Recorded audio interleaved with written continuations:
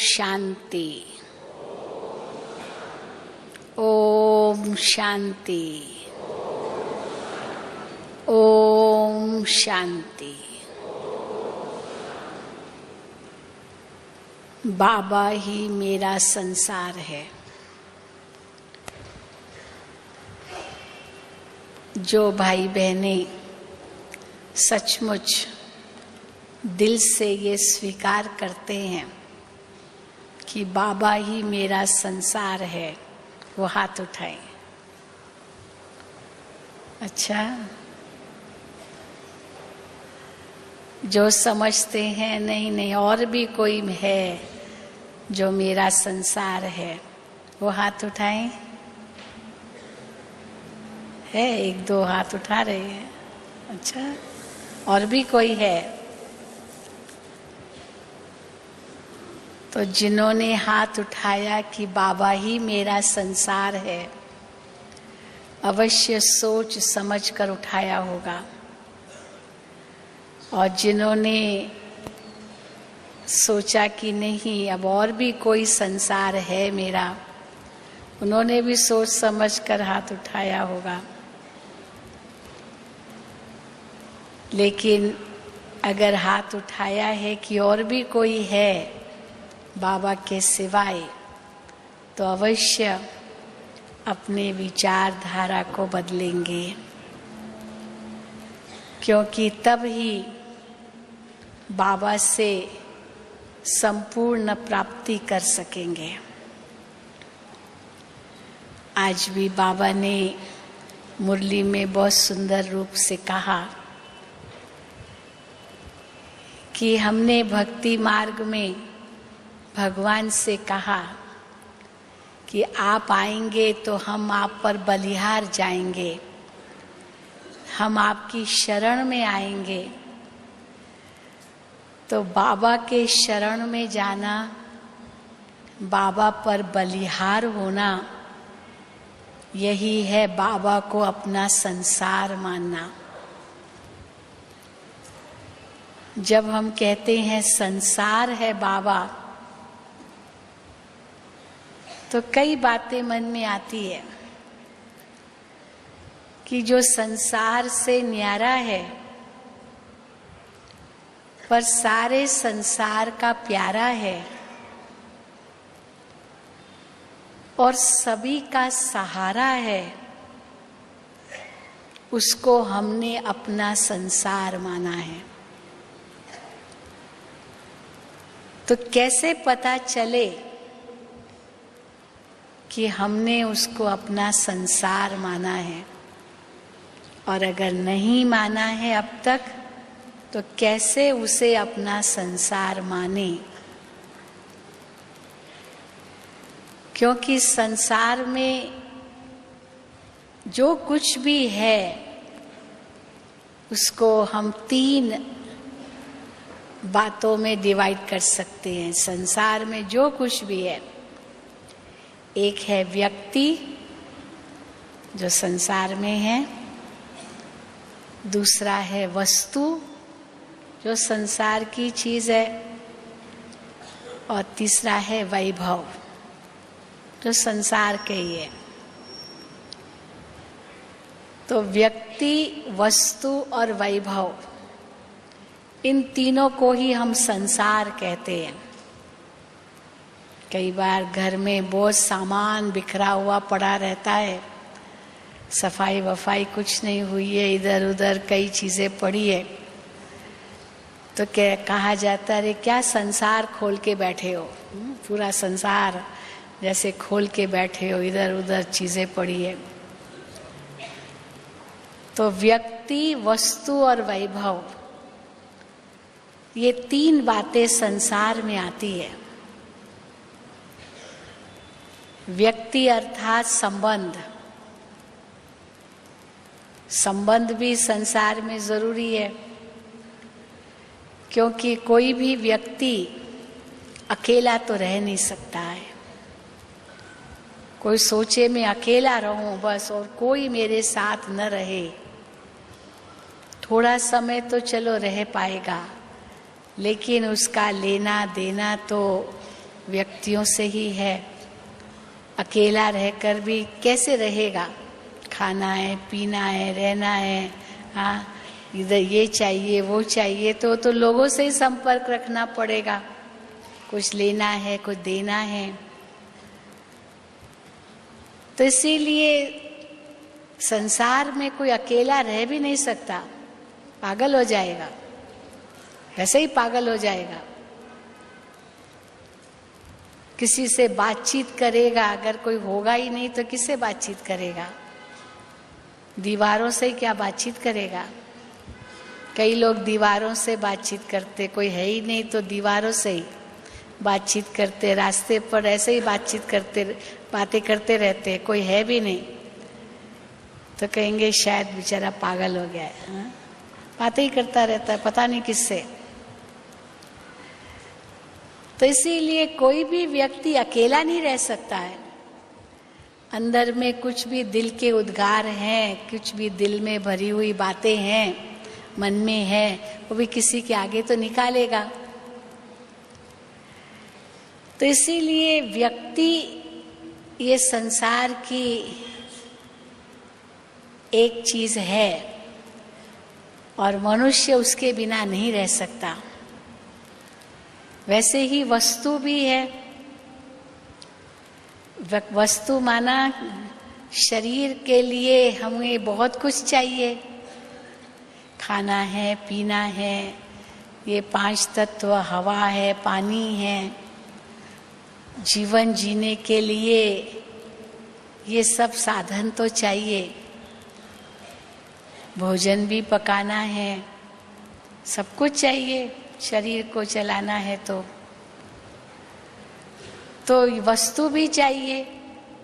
रहना है, पहनना है, चलना है, फिरना है, क्या नहीं शरीर को चाहिए। सुबह से लेकर के रात्रि तक जीवन की बहुत आवश्यकताएं हैं जो हर पल हमें चाहिए। हम कभी कहीं बाहर जाते हैं और घर की कोई ऐसी कोई ज़रूरी चीज़ भूल गए तो उसका अभाव कितना महसूस होता है कि अरे ये तो मैं भूल ही गया, घर में था, भूल गया लाना। फिर नहीं है तो ढूंढेंगे किसी दुकान पर, कहीं से मिल जाए कोई जो काम की चीज़ है, हमको अपने लिए चाहिए। तो वस्तु भी जीवन की आवश्यकता है और वैभव भी चाहिए, धन चाहिए, संपत्ति चाहिए, बहुत कुछ चाहिए। इसीलिए कई बार बाबा कहते हैं ना, चाहिए चाहिए चाहिए, ये तो हाँ, इसका तो कोई अंत ही नहीं है। तो परंतु संसार में रह रहे हैं तो ये सब चाहिए जरूर। नहीं हम कोई संसार छोड़कर कहीं जंगल में जा रहे हैं, सन्यासी तो है नहीं। अगर सन्यासी हैं तो भी बेहद के सन्यासी हैं, घर गृहस्थ में रहते हुए सब कुछ मन से त्याग करते हैं। परंतु ये सब तब हो सकेगा जब बाबा को अपना संसार बनाएंगे। अगर 2 पांव में नाव होगी तो बाबा कहते चीर जाएंगे। जैसे 2 नाव में पैर हो और दोनों नाव अलग अलग दिशा में जाए तो क्या होगा उस व्यक्ति की हालत। हाँ? इसीलिए 2 पैर है परंतु दोनों पैर एक ही नाव में हो तो उस नाव से वो पार हो जाएगा। पर 2 पैर है और 2 नाव में पैर रखे और दोनों की दिशा अलग अलग हो तो वो तो बीच भंवर में डूब जाएगा।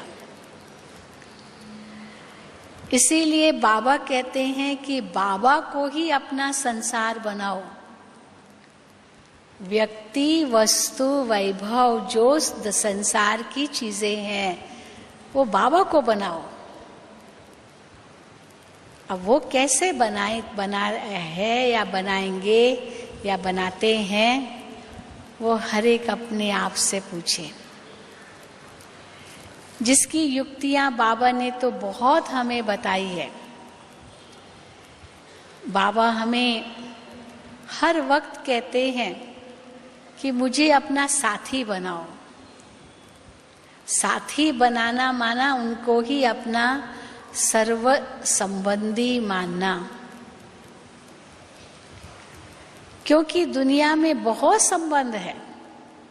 एक कुमारी है तो उसके भी तो संबंध है, और शादी करके ससुराल जाती है तो डबल घर हो जाता है, डबल परिवार। मायके का भी परिवार तो ससुराल का भी परिवार, तो डबल संबंधी हो जाते हैं, बहुत विस्तार हो जाता है। फिर सबके साथ तोड़ निभाना भी होता है, क्योंकि लेन देन तो है ना संसार में। एक हाथ से लेना है तो दूसरे हाथ से देना है, एक हाथ से देना है तो दूसरे हाथ से लेना है। पर वो कोई इस बाबा को संसार बनाने का मतलब ये नहीं है कि ये सब लेन देन खत्म कर देना है, क्योंकि 63 जन्मों का कर्मों का हिसाब किताब भी है, और उन 63 जन्मों के कर्मों के हिसाब किताब को इस एक जन्म में पूरा करना है। यहां से कोई हिसाब किताब लेकर नहीं जाना है।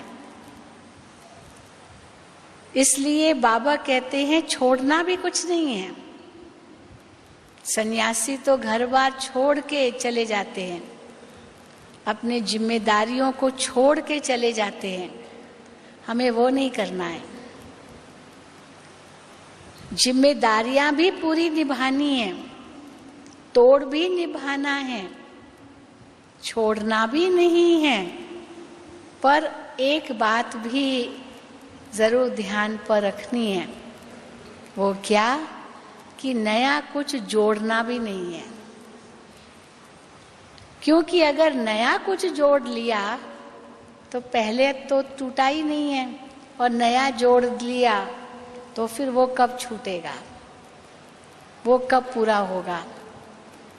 इसलिए नया कुछ नहीं जोड़ना है, छोड़ना भी कुछ नहीं है, और फंसना भी कहीं नहीं है। बाबा कहते हैं बस एक फांस अपने गले में अगर लगानी है तो वो बाबा की याद की लगानी है बस, और कहीं भी फंसना नहीं है। फांस लगाते हैं ना गले में, जब किसी को ये फांसी देते हैं तो वो फांस होती है जो गले में डालते हैं, और वो फांसी पर लटक जाता है। सारे सहारे उसका, जो जिस सहारे पर वो खड़ा है वो सहारा निकाल दिया जाता है, और वो फांसी पर लटकता रहता है। खत्म हो गया।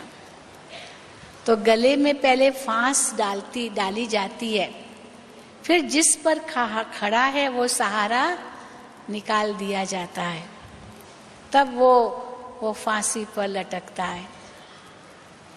तो बाबा भी क्या कहते हैं कि तुम्हें उस फांस को, याद की फांस को गले में डालना है। हर वक्त बाबा को साथ रखना, यही है बाबा को संसार बनाना। हमेशा ये सोचो कि सच्चा सहारा मेरा केवल एक बाबा है, तब बाबा को संसार बनाएंगे। आज दुनिया में हम देखते हैं कि अनेकों को सहारा बना के बैठे हैं। चलो एक सहारा छूट गया मान लो, तो दूसरे को पकड़ेंगे। अगर दूसरा भी छूट गया तो तीसरे को पकड़ेंगे। परंतु जब देखते हैं अन्य सब सहारे सब खत्म हो गए, कोई सहारा नहीं है, तब कहेंगे हे भगवान, आप ही हमारे सहारे हो। तो भगवान को अपना सहारा कब मानते हैं? जब सब और सहारे टूट गए, तब हे भगवान, है ना। इसीलिए जब किसको फांसी पर चढ़ाया जाता है तभी भी कहेंगे तुम्हारी कोई अंतिम इच्छा है वो पूरी कर लो। तो कोई धार्मिक विचार के होते हैं तो कहेंगे बस मुझे गीता दे दो, मुझे कुरान दे दो, मुझे बाइबल दे दो, ताकि मैं कम से कम वो थोड़ा पढ़ लूं। तो क्योंकि अभी तो भगवान ही सहारा है, बाकी तो और कोई सहारे है ही नहीं। परंतु वो सहारा भगवान का अंत में लेते हैं। और बाबा क्या कहते हैं, वो अंतिम सहारा है या वो पहला सहारा है?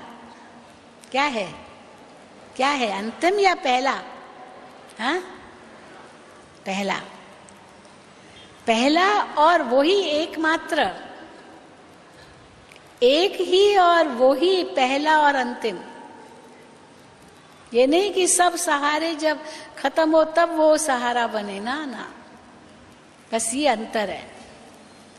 बाबा मेरा सहारा माना वही सच्चा सहारा है।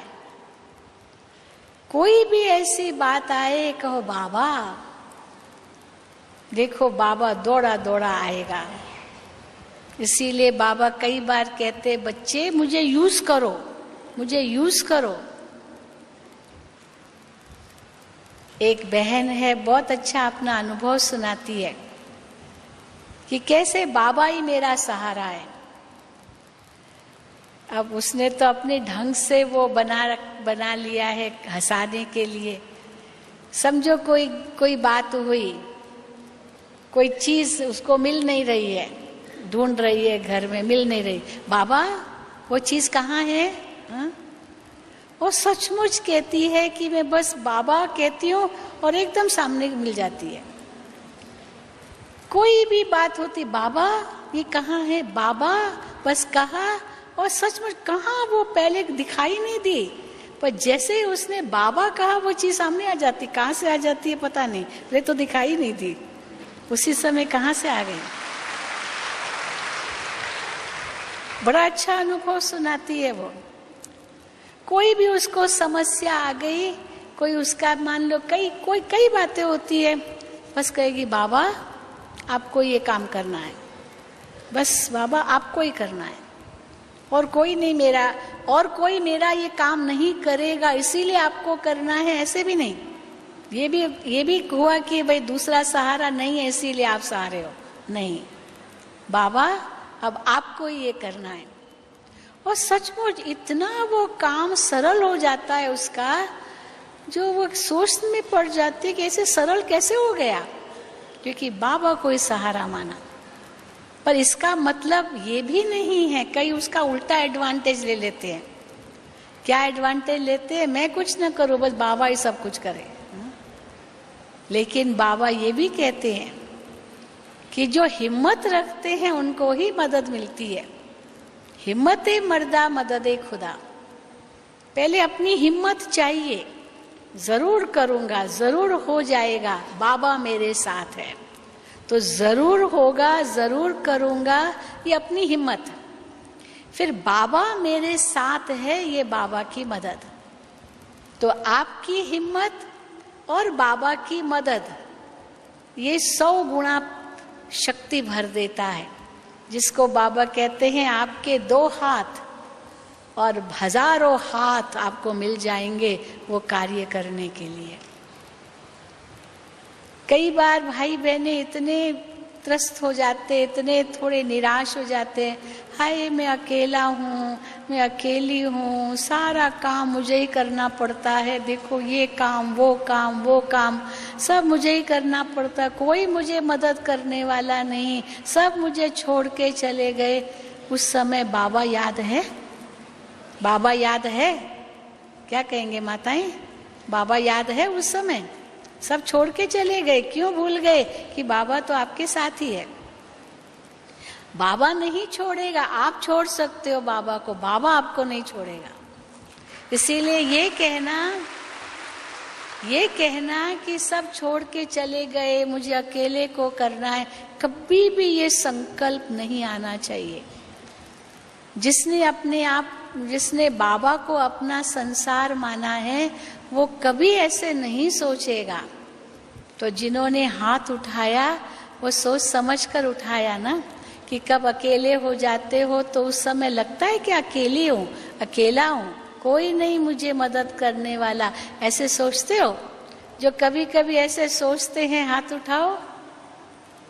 कोई नहीं हाथ उठा रहा है, हाँ? थोड़े उठा रहे माताएं। कभी नहीं ऐसे सोचते हो? जरूर सोचते होंगे, निराश हो जाते होंगे। हाँ, क्या करूं क्या करूं क्या करूं? नहीं, कभी नहीं निराश होना है, क्योंकि दुनिया छोड़ के चली जाएगी, बाबा नहीं छोड़ेंगे आपको। ये निश्चय पक्का हो। जब ये निश्चय पक्का होगा, अवश्य आपको सफलता मिलेगी। लेकिन उसके लिए निश्चय पक्का चाहिए और अपनी हिम्मत चाहिए। हिम्मत कभी नहीं हारनी है और निश्चय से डावाडोल नहीं होना है। हिम्मत कभी चलो हार लेते, नहीं हारते, हिम्मत रखते, पर निश्चय डावाडोल हो जाता है। बाबा तो मदद करता ही नहीं है, माना क्या हुआ? बाबा तो मदद करता ही नहीं है, माना निश्चय टूट गया ना। बाबा मदद नहीं करता, माना ये निश्चय टूट गया। ये क्यों नहीं सोचते हैं कि बाबा उस समय मेरी परीक्षा ले रहा है, मैं परीक्षा में कितना पास होके रहूंगा, बाबा देख रहा है। तो इसीलिए ये परीक्षा है मेरी, मुझे उसमें पास होना है, बाबा मेरे साथ है। तो देखो कैसे उस निश्चय की विजय होती है, जिसको बाबा कहते हैं निश्चयात्मक बुद्धि विजयंती। और जैसे ही संशय आया, बाबा तो मुझे मदद करता ही नहीं है, सब सहारे चले गए, बाबा भी छोड़ के चला गया। अब ये संशयात्मक बुद्धि बने, माना सब सहारे खत्म, जीवन का अंत, क्योंकि सहारे खत्म। इसलिए जब बाबा कहते हैं कि ये मत भूलो बाबा ही मेरा संसार है, तो व्यक्ति, वस्तु, वैभव, ये सब बाबा में देखो, ये है बाबा मेरा संसार है। ऐसे नहीं है कि उसके लिए कोई आप मेहनत नहीं करते, मेहनत करते हैं, पर निराश नहीं होते हैं,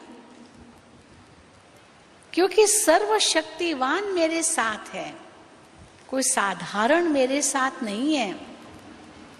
कई बार किसी का सहारा कोई साधारण होता है तो थोड़ा थोड़ा डर लगता है, पता नहीं ये कहाँ तक मदद करेगा, पता नहीं इसकी मदद मुझे कितने तक मिलेगी। कई बार होता है ना, समझो अचानक पति गुजर गया। अब पति गुजर गया, एक शौक तो आता है, बिल्कुल क्यों नहीं आएगा, जिसके साथ इतने साल जिए रहे, इतना संसार बनाया। परंतु उसके बाद क्या संकल्प आता है? अब मेरा क्या होगा, अब मेरा क्या होगा। तो मेरा क्या होगा, माना वो बेचारा चला गया, वो तो जहां गया गया, हाँ अभी वापस तो आएगा नहीं, अब मेरा क्या होगा।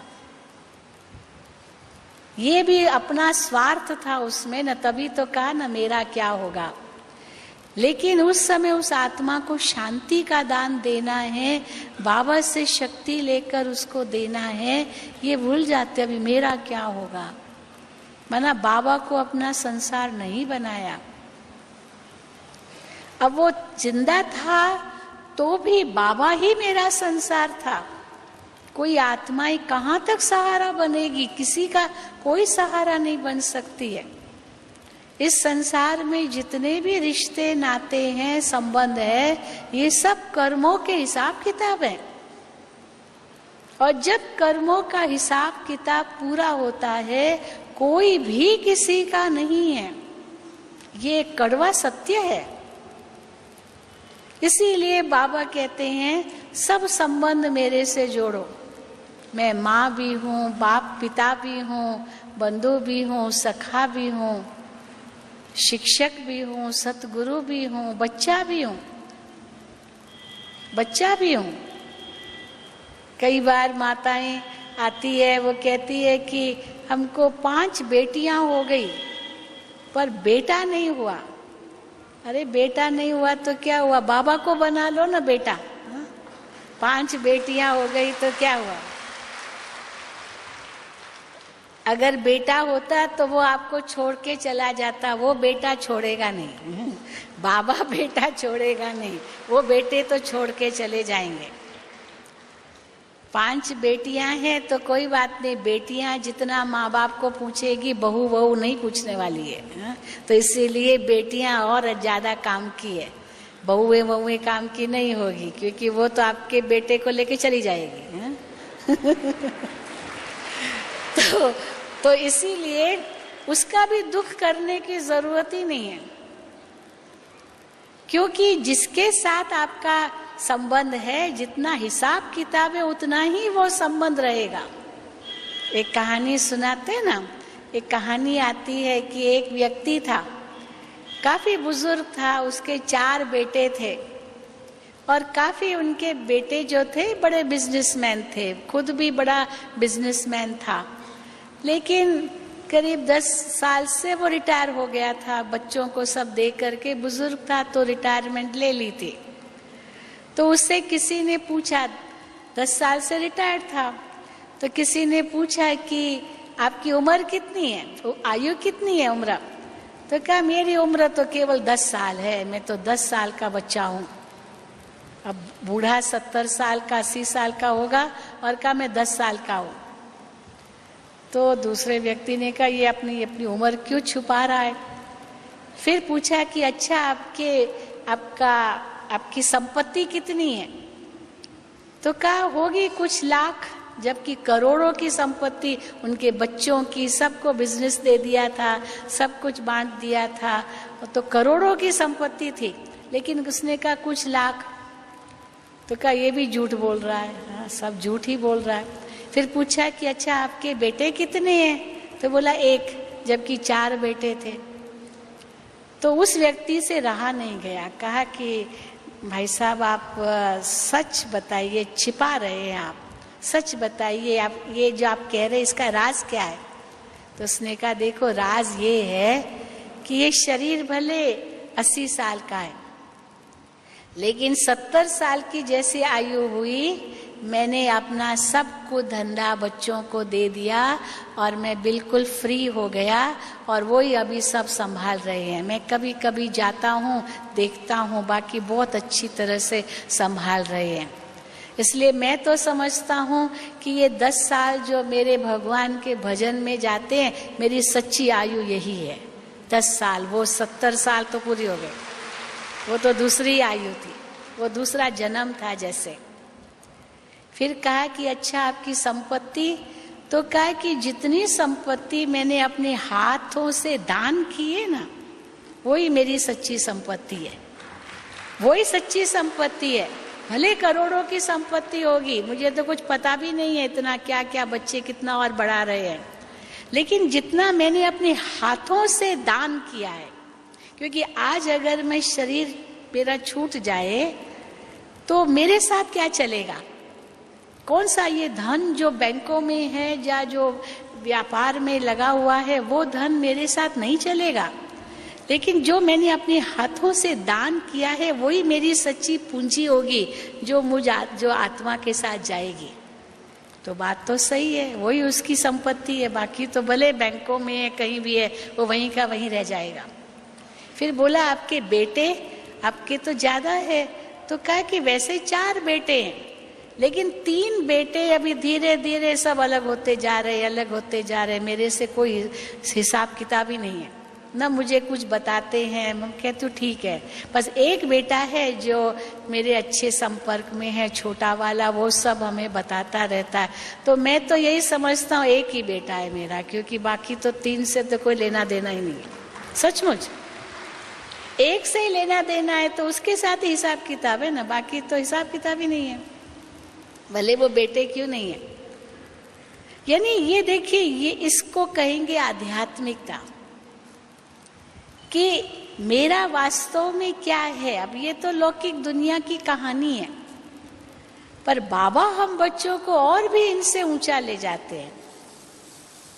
मेरा कुछ भी नहीं है, ये भी जो चलो मैंने संपत्ति मैंने दान की वो मेरी है, वो भी हम क्यों सोचे। इसके लिए कहा जाता ना, नेकी कर दरिया में डाल, जो कुछ आपने किसकी भलाई की, वो भलाई की, वो सोचो भी नहीं कि मैंने भलाई की। इसीलिए कहा जाता है अगर आपका दायां हाथ दान करता है तो इतना गुप्त होना चाहिए जो बाएं हाथ को भी पता न चले कि दाएं हाथ ने दान किया है। मानो इतने हद तक गुप्त दान महाकल्याण का गायन है, क्योंकि गुप्त दान का पुण्य बहुत बनता है। और वो गुप्त दान जो पुण्य भी तब बनता है जब पात्र को दान करते हैं, तभी वो पुण्य बनता है। नाम मान शान के लिए केवल किया और पात्र भी योग्य नहीं है, वो दान पुण्य नहीं बनता है। परंतु जो हम अच्छा कार्य करते हैं उसका वर्णन करने की जरूरत ही नहीं है। इसलिए कहते हैं नेकी कर दरिया में डाल। वर्णन क्यों कर, तो मैंने ये किया, मैंने ये किया, मैंने ये किया, जरूरत ही नहीं है। इसीलिए गीता में भी आता है ना, कर्म योग का सिद्धांत क्या है, कर्मणे वाधिका रस्ते मां फलेषु कदाचनम। कर्म पर तुम्हारा पूरा अधिकार है, फल ईश्वर पर छोड़ दो। फल की इच्छा मत रखो, आप कर्म को महत्व दो, फल अपने आप देगा ईश्वर, अब उन पर छोड़ दो। तो बाबा को अपना संसार माना, जो कुछ भी हम कर रहे हैं उसका फल बाबा पर छोड़ दो। सोचो नहीं, हाँ बाबा ये मुझे मिलेगा तो मैं ये करूँगा, बाबा ये मुझे मिलेगा तो ये करूँगा। नहीं, बाबा सब जानता है। ये जो कई बार हम लोग कहते मैं इतना करता हूँ, मैं इतना करता हूँ, कोई मुझे पूछता ही नहीं है, कोई को पता ही नहीं है मैं कितना कर सकता हूँ, मैं इतनी सेवा करता हूँ, ये करता, किसी को मालूम नहीं है। अरे मालूम हो या ना हो, बाबा को तो पता है। फल देने वाला बाबा है या वो व्यक्ति है? तो बाबा मेरा संसार है माना, बाबा को ही सब कुछ रूप में देखना। हम बाबा के लिए कर रहे, कोई व्यक्ति के लिए थोड़ी कर रहे, अपने लिए भी नहीं कर रहे हैं, न इंसान के लिए कर रहे न अपने लिए। चलो कर रहे अपने लिए तो पता है, क्योंकि कर्म का फल तो मिलेगा, तो अपने लिए ही कर रहे हैं। लेकिन बाबा के लिए भी कर रहे हैं। हम पवित्र बन रहे हैं, किस लिए बन रहे हैं? अपने लिए भी बन रहे हैं तो बाबा के लिए भी बन रहे हैं, क्योंकि बाबा कहते हैं मुझे पवित्र दुनिया बनानी है, सारे संसार को पवित्र बनाना है, स्वर्ग रचना है, देवी देवता धर्म रचने आया हूं। इसलिए बच्चे, तुम बच्चों का मुझे सहयोग चाहिए, सहारा चाहिए पवित्रता में, क्योंकि पवित्रता के आधार से ही सत धर्म की स्थापना होगी। जितने भी धर्म स्थापन हुए सब धर्म पवित्रता के आधार से ही हुए।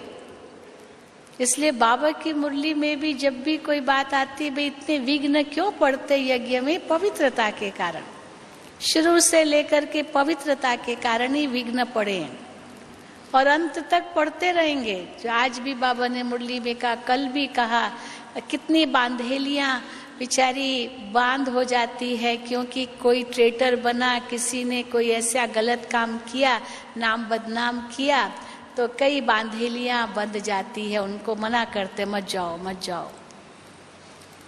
मुख्य बात तो पवित्रता की ही है। शुरू से ही ये विघ्न पड़ते आए। ब्रह्मा बाबा के आगे कोई कम विघ्न नहीं पड़े, कितने विघ्न आए पवित्रता के कारण ही।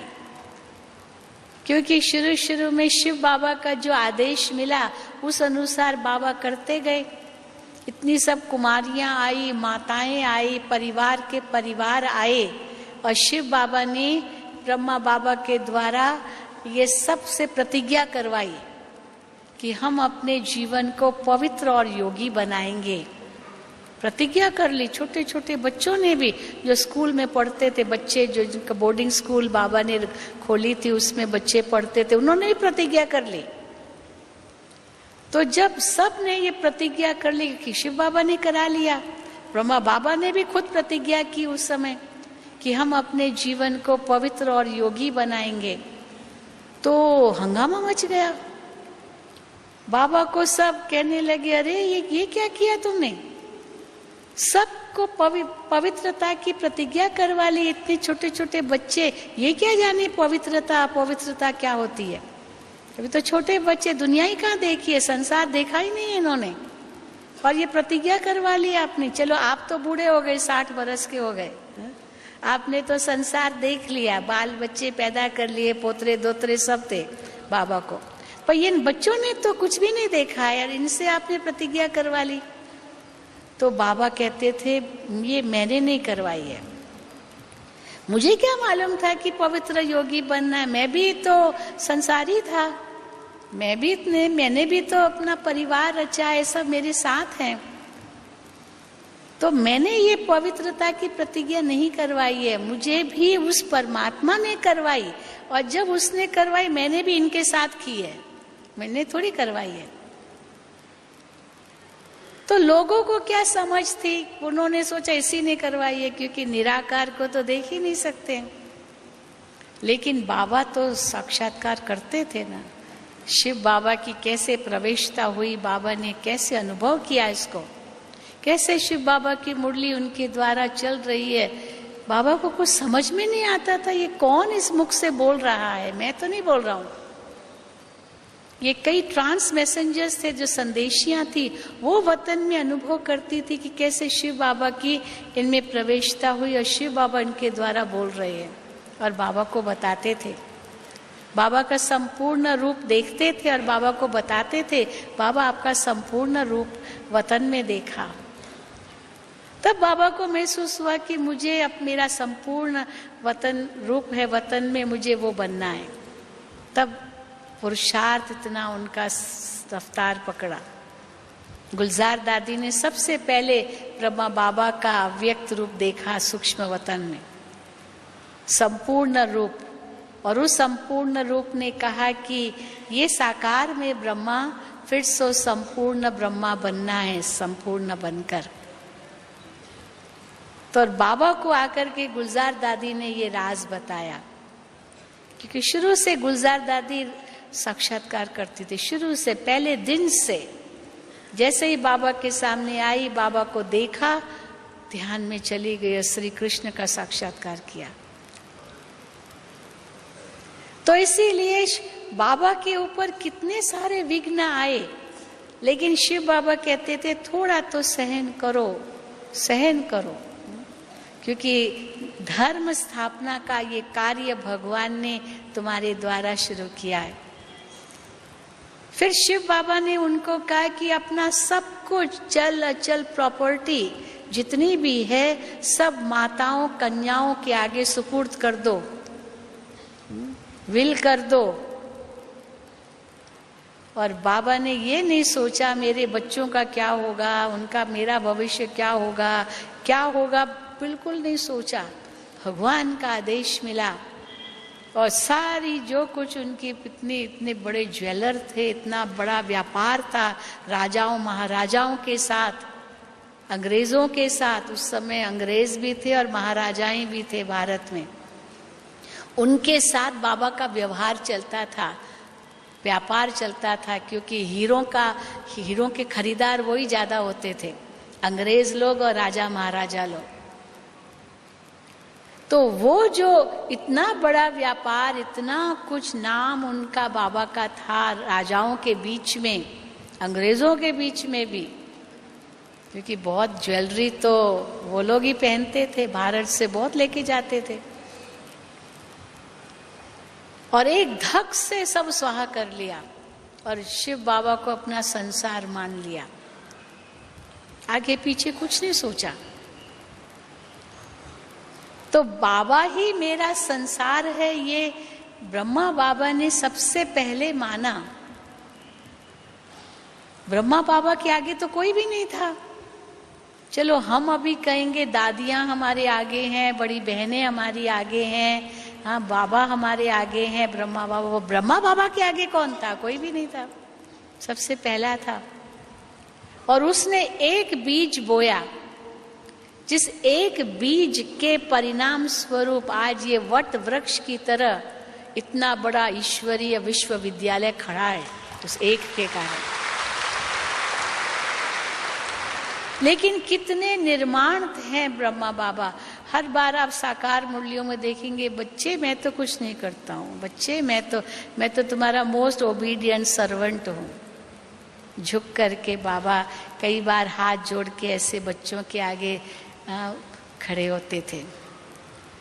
इतने बाबा निर्माण नम्र हो जाते थे, बच्चों को सदा आगे रखते थे, हर बात में बच्चों को आगे रखते थे। अभी भी हम अव्यक्त बाप दादा से बहुत सुंदर उदाहरण लेते हैं।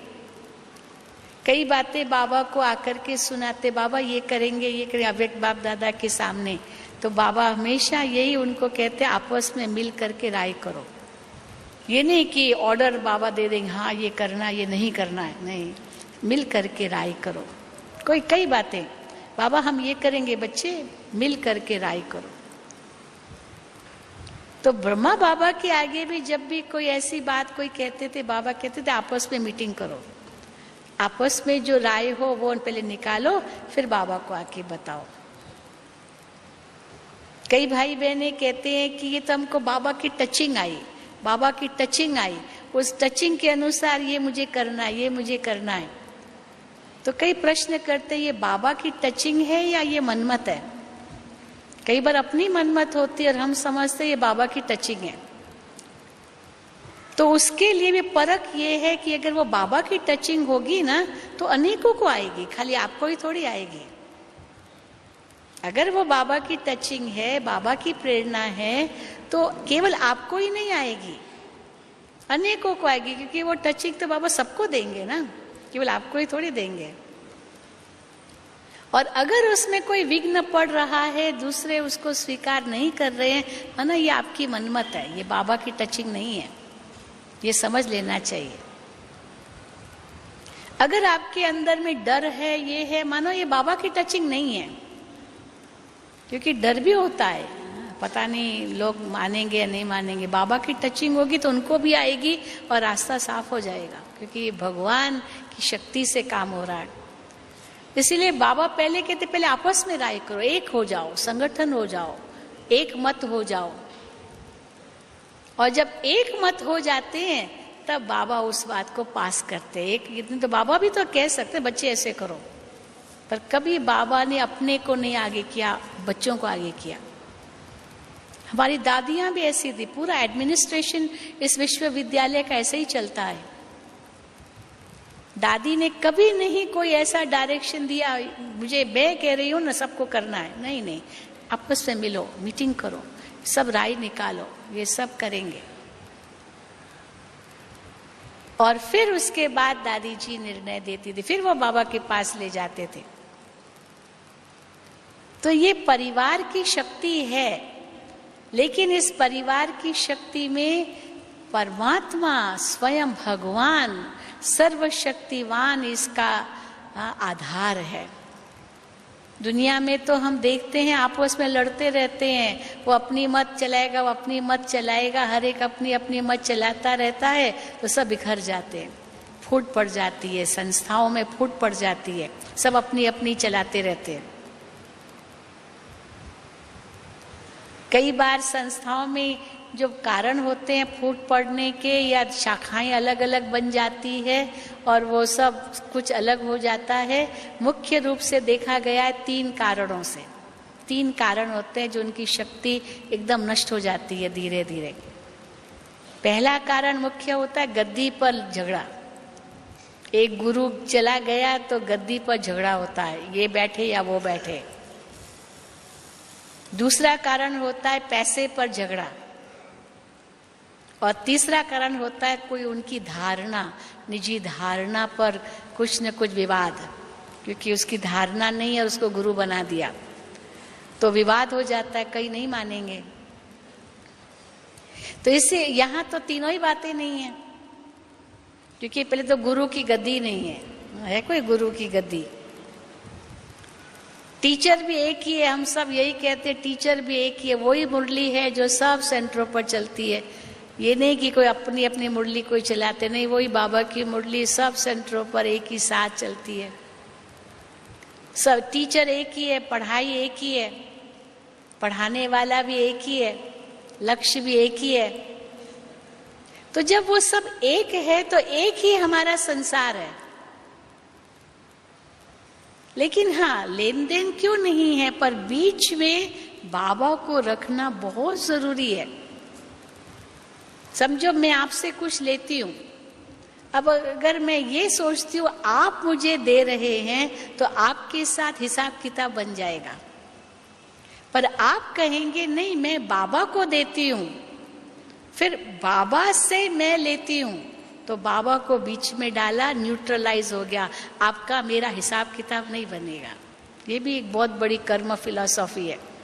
आप बाबा को दे रहे हैं, हम बाबा से ले रहे हैं, आपसे नहीं ले रहे हैं। तो बाबा को बीच में डाला, उसका माइनस प्लस सब जीरो हो गया, सब न्यूट्रलाइज हो गया। अगर हम वो यूज करेंगे तो आपको देख करके याद करके यूज नहीं करेंगे, इसने दिया नहीं, आपने तो बाबा को दिया, हमने बाबा से लिया। तो अगर यूज करेंगे तो कौन याद आएगा, आप याद आएंगे या बाबा याद आएगा? हाँ, कौन याद आएगा? बाबा याद आएगा। ये है बाबा को अपना संसार बनाना। वो वस्तु भी किसकी? बाबा की, मेरी नहीं है।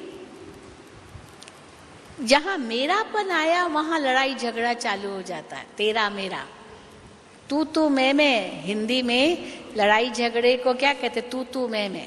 ये तू मैं का मतलब क्या होता है? ये तेरा, ये मेरा, ये मैं, ये तू।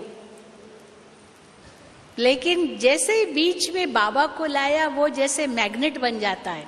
जैसे एक चुंबक होता है ना, तो सुइयां चाहे कितनी भी बिखरी हुई क्यों ना पड़ी हो, चारों ओर सुइयां पड़ी है, तो एक एक सुई को नहीं उठाएंगे, तो क्या करेंगे?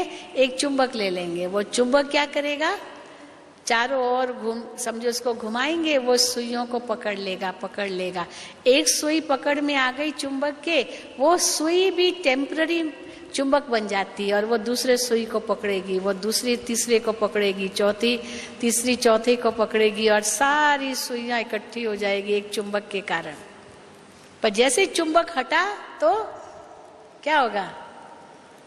सारी सुइयां वहीं पूरी। तो इसलिए एक शिव बाबा को ही संसार बनाते हैं, तब हम सब मिलकर एक हो सकते हैं। सब यही कहेंगे, बाबा ही मेरा संसार है। दुनिया में कहते हैं सबको प्यार करो, एक एक को प्यार करो। हम कहते एक को प्यार करो तो ऑटोमेटिकली सबको प्यार मिल जाएगा। अभी ये बड़ा अंतर है। एक एक को प्यार करते जाएंगे तो कहां तक प्यार हमारा पहुंचता जाएगा। इसकी बजाय एक को प्यार करो, तो एक को प्यार किया, उस एक का को प्यार हमने किया या उसका प्यार हमने पाया, वो प्यार सबको मिल जाएगा। जैसे पेड़ को पानी देना है तो पत्ते पत्ते को थोड़ी पानी दिया जाता है, किसको दिया जाता है? हाँ? बीज को दिया जाता है। बीज को पानी दिया तो सारे पेड़ को मिल जाता है, अलग अलग एक एक पत्ते को देने की जरूरत नहीं है। तो भगवान से क्योंकि हमारा प्यार है तो सारी दुनिया से प्यार है। हम ये नहीं कहेंगे कि हमको सारी दुनिया से प्यार है सिवाय मेरे पड़ोसी के। दुनिया में कई ऐसे कहते हैं सारी दुनिया से मुझे प्यार है, लेकिन पड़ोसी से नहीं है, क्योंकि पड़ोसी से ईर्ष्या होती है। पड़ोसी से क्यों ईर्ष्या हो? वो भी तो भगवान का है। जैसे मैं भगवान का, वो भी भगवान का है। तो भगवान को, शिव बाबा को संसार माना, जो कुछ भी बाबा के गुण हैं वो सब में समान रूप में देखना। ये भी एक बहुत बड़ी बात है, बाबा को संसार मानना। ये नहीं बाबा से प्यार है बाकी से नफरत है, नहीं, सारे संसार से प्यार है। कोई ऐसा नहीं जिससे हमको प्यार न हो। प्रकृति से भी उतना ही प्यार है, बाबा की हर चीज से प्यार है, उनकी सारी रचना से प्यार है, क्योंकि रचयिता से प्यार है। तो रचयिता से संबंध है तो उनकी सारी रचना से संबंध है। मेरा हद का एक परिवार छोटा सा नहीं रह जाता है। चलो हद के परिवार में 2 बच्चे 4 बच्चे होंगे, अब हम क्या कहते हैं? सारा विश्व ही हमारा परिवार है, क्योंकि सारे विश्व का पिता मेरा पिता है। तो बाबा को संसार बनाना माना सारे विश्व को अपना परिवार समझना। ये है बाबा को अपना संसार समझना। हदें सब खत्म हो जाती है, सब मेरे भाई बहने हैं। ये नहीं कि बाकी सब भाई बहने सिवाय एक के, ऐसे भी नहीं है? एक व्यक्ति ने भाषण में कहा my dear brothers and sisters, तो उसकी जो पत्नी थी वो नाराज हो गई। मेरे प्यारे भाइयों और बहनों, तो वो कि मैं थोड़ी आपकी बहन हूँ। तो फिर बाद में भाषण में चेंज किया, मेरे प्यारे भाइयों बहनों सिवाय एक के।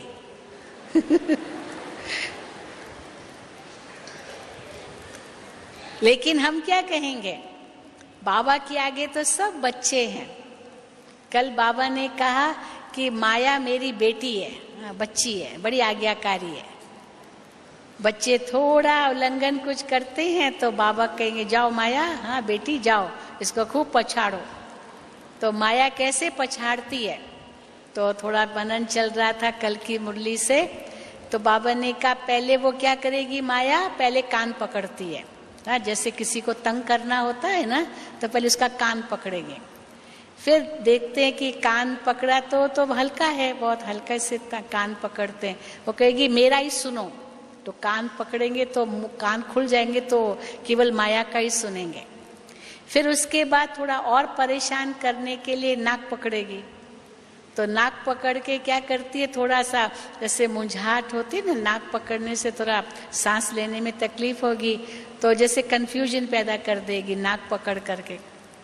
फिर चोटी पकड़ेगी, हाँ, उसके बाद तंग करने लिए चोटी पकड़ेगी। तो चोटी पकड़ना माना जैसे अंदर में दिल की धड़कन बढ़ जाएगी, कंफ्यूजन और बढ़ जाएगा, अंदर से जैसे डर पैदा हो जाएगा, टेंशन हो जाएगा, स्ट्रेस आएगा। तो स्ट्रेस की परिभाषा हम लोग क्या देते हैं, एक अंदर का दर्द जो अंदर से प्रकट होता है और वो कहता है कि अभी बदल जाओ।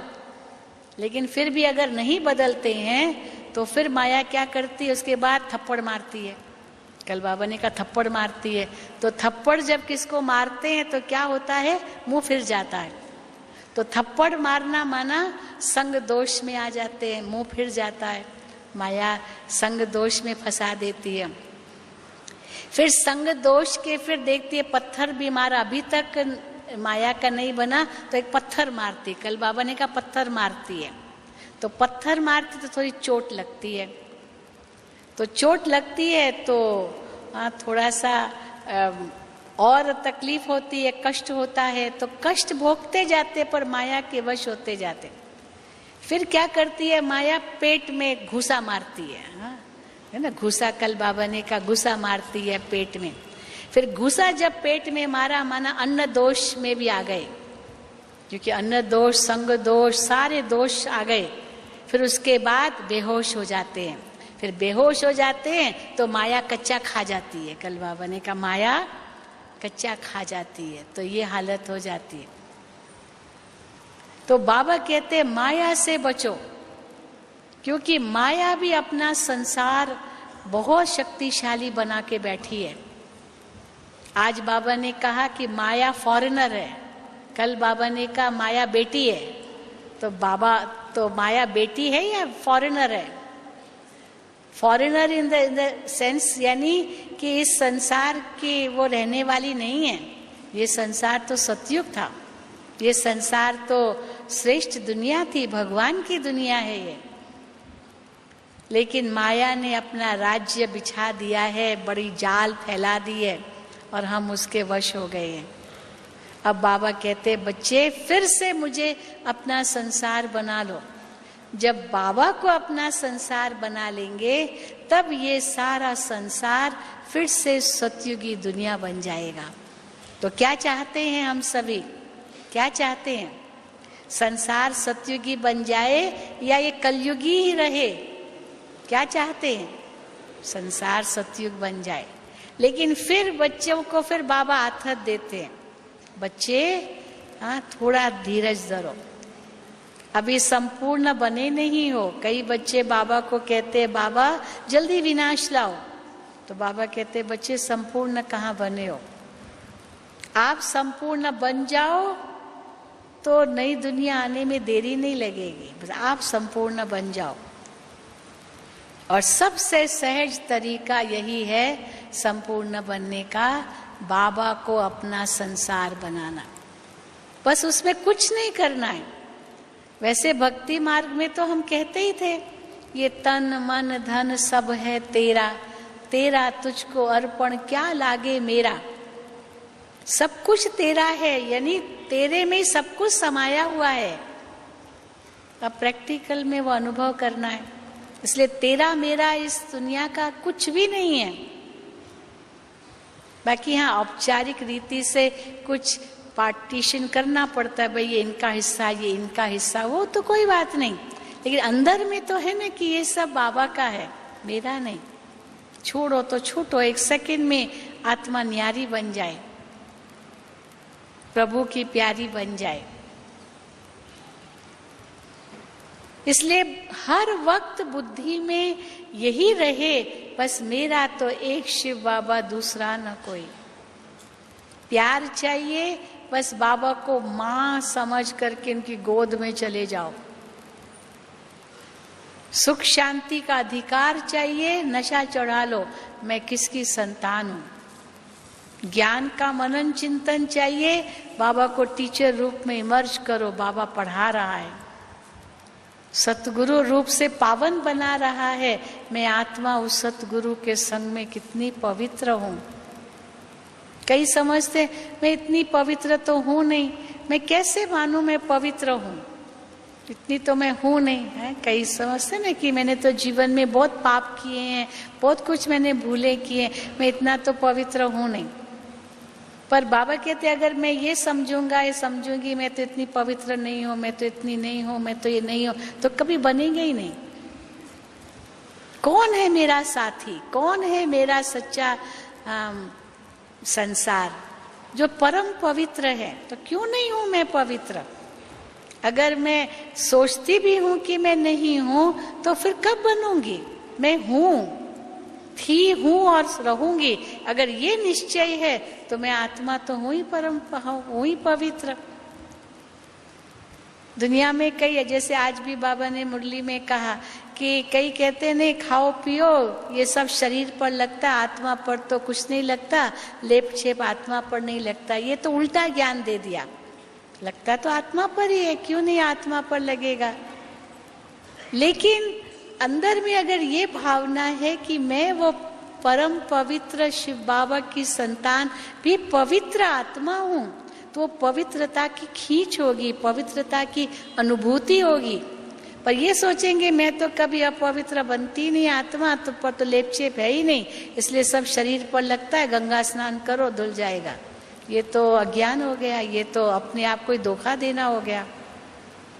लेकिन हाँ जरूर पाप का बोझा सिर पर है, और बाबा की याद से ही ये पाप का बोझा खत्म होगा।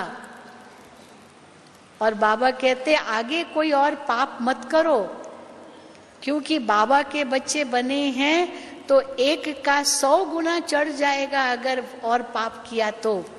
अज्ञान काल में तो इतना पाप का बोझा नहीं चढ़ता जितना ज्ञान में आने के बाद अगर पाप किया तो 100 गुना चढ़ जाएगा, जो अज्ञान काल में नहीं चढ़ता। जैसे धंधा होता है ना, तो धंधे में हम देखते हैं छोटा मोटा जो धंधा करता है तो फायदा भी थोड़ा, नुकसान भी थोड़ा। चलो कुछ नुकसान हुआ, घाटा हुआ, जरा सा हुआ, 100, 200, 500, 1000, 10,000 का बस। फायदा हुआ 2, 500, 1000, 10,000 का हुआ। पर जो बड़े व्यापारी होते, जिसका करोड़ों का व्यापार होता है, उनका घाटा भी करोड़ों का और उनका फायदा भी करोड़ों का।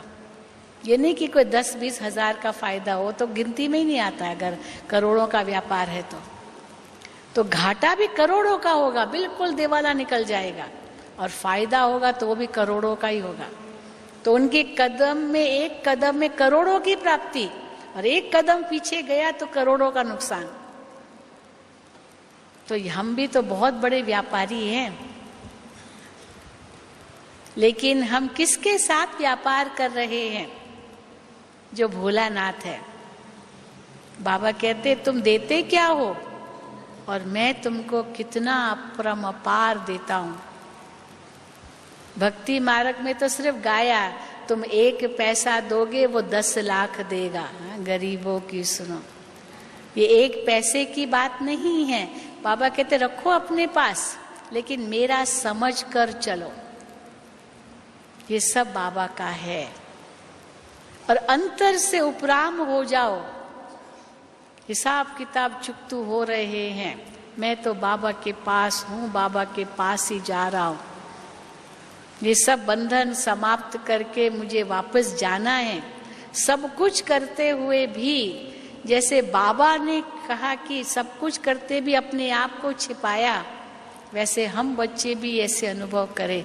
कोई प्रकार की संसार की इच्छाएं न हो, तब हम संपन्न बनके, संपूर्ण बनके बाबा के साथ वतन में उड़ेंगे।